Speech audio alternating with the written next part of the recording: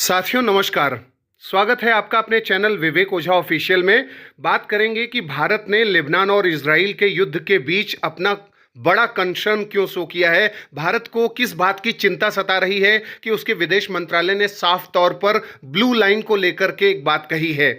आपको बता दें कि ब्लू लाइन जो है इजराइल और लेबनान और जो गोलन हाइट्स है उसको अलग करने वाली लाइन है, और ये जो डिमार्केशन है यहाँ पर जो United Nations peace keeping force है उस पर अब इजराइल का हमला देखा गया है। यहाँ पर जो यूनाइटेड नेशंस का फोर्स है, एंटरिम फोर्स इन लेबनान, उसका जो नकोरा बेस था उस पर हमला किया गया, और यूएन बेसिस भी अब मतलब United Nations peace keeping base भी सुरक्षित नहीं है, ऐसा यूएन का कहना है। और ऐसी स्थिति में दो इंडोनेशियाई नागरिक जो मतलब यूएन पीस कीपर्स थे वो घायल भी हो गए।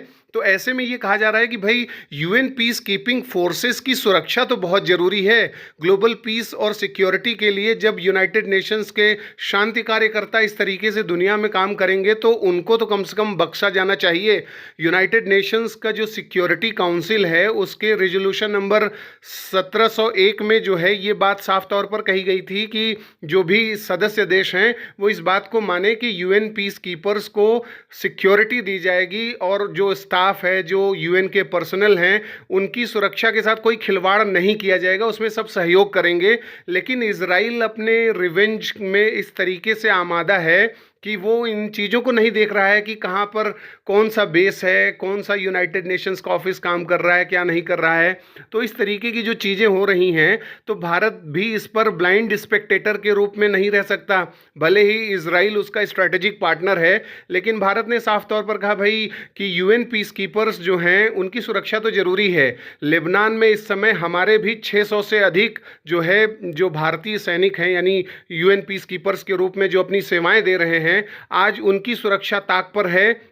अगर जिस तरीके से इजराइल हमला कर रहा है, हमारे भारतीय सैनिकों को, यूएन पीस कीपर्स को भी अगर ऐसी क्षति पहुंचती है तो कल को भारत क्या जवाब देगा। इसलिए भारत अब कंसर्न्ड है। भारत कह रहा है कि भाई जो रिजोल्यूशन नंबर 1701 है उसको ध्यान में रख करके कार्रवाई होनी चाहिए, और यूनाइटेड नेशंस ने भी साफ तौर पर इजराइल के इस चीज़ को कोट करते हुए कह दिया है कि इजराइल को समझना चाहिए, थोड़ी सेंसिटिविटी दिखानी जरूरी है कि यूएन के वर्कर्स के साथ इस तरीके की चीज़ें ना हो। साथियों आपको बता दें कि भारत जो है यूएन पीस कीपिंग फोर्स के मामले में या यूएन पीस कीपिंग ऑपरेशन के मामले में दुनिया के सबसे बड़े कंट्रीब्यूटर में से एक है। बांग्लादेश, नेपाल, भारत, ये सब जो देश हैं ये सबसे बड़े कंट्रीब्यूटर्स हैं। और भारत ने जब अपना यूएन पीस कीपिंग मिशन शुरू किया, अपने सैनिक भेजने शुरू किए ऐसी चीज़ों में, पीस बिल्डिंग, मतलब पीस कीपिंग, पीस बिल्डिंग के लिए, तो तब से लेकर के करीब 2,87,000 भारतीय सैनिक यूएन पीस कीपिंग मिशन में डिप्लॉय किए जा चुके हैं।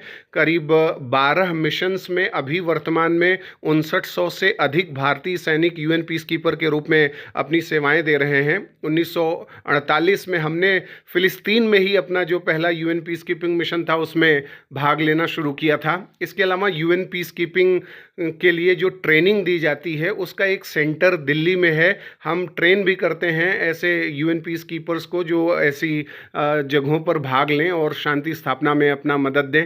तो अगर दुनिया में पीस रेस्टोरेशन चाहिए, पीस बिल्डिंग चाहिए, पीस कीपिंग चाहिए, तो ये ज़रूरी है कि एक कलेक्टिव कंसेंसस आए, एक ऐसी सार्वभौमिक जो है सहमति बने कि ऐसे कोई भी ताकतें इतना ज़्यादा स्वच्छंद न हो जाएं, चाहे वो कोई भी हो, चाहे वो हमारा कितना भी बड़ा साथी क्यों न हो, कि वो पूरे ग्लोबल पीस को जियो पैराडाइज कर दे। तो साथियों आपका क्या विचार है इस मुद्दे पर, आप हमें कमेंट बॉक्स में बताएं। अगले कार्यक्रम में जल्द ही मिलेंगे। इजाज़त दीजिए, नमस्कार।